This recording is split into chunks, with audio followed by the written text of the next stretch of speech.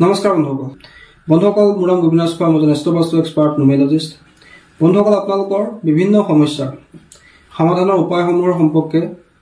মই আপোনালোকৰ লগত এই চেনেলটোৰ মাধ্যমেৰে আলোচনা কৰি থাকো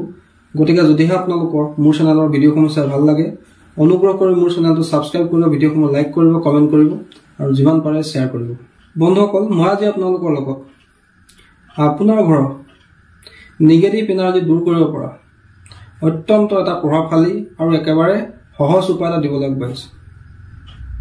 যেটো উপায় আমি অতি সহজে কৰিব পাৰো বন্ধুসকল যদি আপোনালোকৰ ঘৰত চাৰিওফালে বাস্তু দোষ আছে ভুল দিশত টয়লেট আছে কিচেন আছে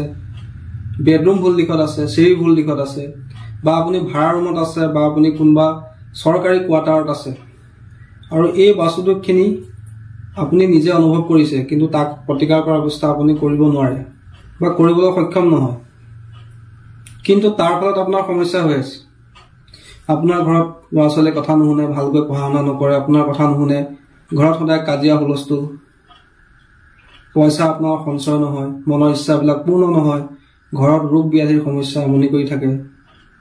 ভালকৈ আপোনাৰ টোপনি নাহে মূৰত টেনচন দিনে বাঢ়ি গৈ আছে তেনে ক্ষেত্ৰত আপোনালোকে আপোনাৰ ঘৰৰ যিখিনি নিগেটিভ এনাৰ্জি আছে যেহেতু বাস্তু দোষৰ ফলতে নিগেটিভ এনাৰ্জি আহে ঘৰখনলৈ সেই নিগেটিভ এনাৰ্জি দূৰ কৰিবৰ কাৰণে আপোনালোকক এটা সহজ পৰিকল্পকে মই আজি ক'বলৈ আগবাঢ়িছো বন্ধুসকল এই নিগেটিভ এনাৰ্জিখিনি আমি দূৰ কৰিবৰ কাৰণে বিভিন্ন উপায় কৰিব পাৰোঁ বহুত উপায় আছে কিন্তু এই উপায়টো একেবাৰে সহজ উপায় আৰু ইয়াৰ প্ৰভাৱ আপোনালোকে অতি শীঘ্ৰে লাভ কৰিব পাৰে কি কৰিব লাগে বন্ধুসকল আপোনালোকৰ ঘৰত নিশ্চয় পিয়াজ আছে আপোনালোকে এটা পিয়াজ লৈ ল'ব পিয়াজ এটা আপোনালোকে লৈ ল'ব অলপ ডাঙৰ চাই পিয়াজ এটা লৈ ল'ব পিয়াজটো বাকলি নুগুচাব আপোনালোকে সেই পিয়াজটো চাৰিফাল কৰিব সমানে সমানে পিয়াজটো চাৰিফাল কৰিব চাৰিফাল কৰি সেই পিয়াজটো আপোনালোকে আপোনাৰ ঘৰৰ চাৰি কোণত চাৰি টুকুৰা পিয়াজ আপোনালোকে ৰাখি দিব চাৰিটা কৰ্নাৰত আপোনালোকে সেই চাৰি টুকুৰা পিয়াজ আপোনালোকে ৰাখি দিব বন্ধুসকল এই উপায়টো আপোনালোকে কৰিব কোনোবা এটা শনিবাৰৰ দিনা নহলে কোনোবা এটা মঙ্গলবাৰৰ দিনা আৰু এই প্ৰয়োগটো কৰাৰ সময় হৈছে সন্ধিয়াৰ সময় দিনৰ সময়ত আপোনালোকে এই প্ৰয়োগটো নকৰিব সন্ধিয়াৰ সময়ত আপোনালোকে এটা ডাঙৰ পিয়াজ ল'ব বাকলিটো নুগুচাব সমানে চাৰিভাগ কৰিব কৰি লৈ আপোনাৰ ঘৰৰ চাৰি কোণত আপোনালোকে ৰাখি দিব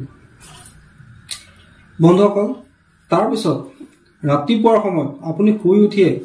বেলেগ একো কাম নকৰিব মুখো নুধুব আনকি শুই উঠিয়ে আপোনালোকে সেই চাৰি কোণত থকা চাৰি টুকুৰা আপোনালোকে পিয়াজ সংগ্ৰহ কৰিব কৰি লৈ আপুনি কোনোবা ডাষ্টবিনত পেলাই দিব বা কোনো পুখুৰীত পেলাই দিব বা খালত পেলাই দিব এই উপায়টো আপোনালোকে কন্টিনিউ কৰিবলৈ লওক প্ৰত্যেক সপ্তাহৰ দুটা দিনত অৰ্থাৎ শনিবাৰে কৰক আৰু মঙ্গলবাৰে কৰক সন্ধিয়াৰ সময়ত এই প্ৰয়োগটো কৰক কন্টিনিউ কৰিবলৈ লওক বন্ধু ইয়াতো বিশেষ পইচা খৰচ কৰিবলগীয়া নাই প্ৰত্যেকৰ ঘৰতো পিয়াজ আছেই পিয়াজটো সকলোৱে ব্যৱহাৰ কৰেই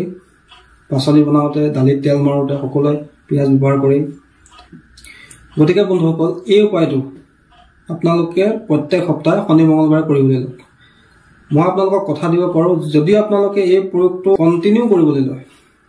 প্ৰত্যেক সপ্তাহে দুবাৰ কৰিবলৈ লয় চাব আপোনালোকৰ ঘৰত যিমানেই নিগেটিভ এনাৰ্জি নাথাকক কিয়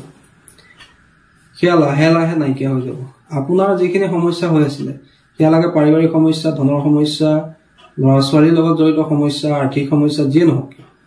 সেয়া লাহে লাহে আপোনাৰ ঘৰৰ পৰা আঁতৰি যাব বন্ধুসকল এই উপায়টো বাস্তু দোষৰ ক্ষেত্ৰত বিশেষকৈ নিগেটিভ এনাৰ্জি দূৰ কৰাৰ ক্ষেত্ৰত ইনষ্টেণ্ট ৰিজাল্ট প্ৰদান কৰে খুব বেছি দুটা সপ্তাহত বা তিনিটা সপ্তাহৰ ভিতৰতে ইয়াৰ প্ৰভাৱ আপোনালোকে অনুভৱ কৰিব পাৰিব বন্ধুসকল গতিকে যিসকলৰ এই ধৰণৰ সমস্যা আছে ভাড়া ঘৰত আছে কোৱাৰ্টাৰত আছে বা নিজৰ ঘৰতে বাস্তু দোষ ঢেৰ আছে কিন্তু তাৰ প্ৰতিকাৰ কৰিবলৈ সক্ষম নহয় বা কিবা কাৰণত তেওঁলোকে কৰিব পৰা নাই তেনে ক্ষেত্ৰত এই নিগেটিভিটিখিনি দূৰ কৰিবৰ কাৰণে এই প্ৰয়োগটো আপোনালোকে প্ৰত্যেক সপ্তাহৰ দুটা দিনত শনি মঙ্গলবাৰে কৰিবলৈ লওক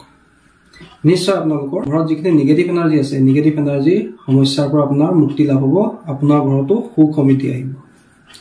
বন্ধুসকল আশা কৰিছো আজি আপোনালোকৰ ঘৰৰ নিগেটিভ এনাৰ্জি দূৰ কৰিব পৰা বিনা খৰচত বাস্তু দুখৰ কাৰণে যিখিনি নিগেটিভ এনাৰ্জি আপোনাৰ ঘৰত উৎপন্ন হৈছে সেইখিনি দূৰ কৰাৰ উপায় সম্পৰ্কে আপোনালোকৰ জানি নিশ্চয় ভাল লাগিলে আশা কৰিছো আপোনালোকৰ ভিডিঅটো ভাল লাগিলে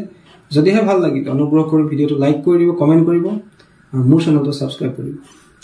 ধন্যবাদ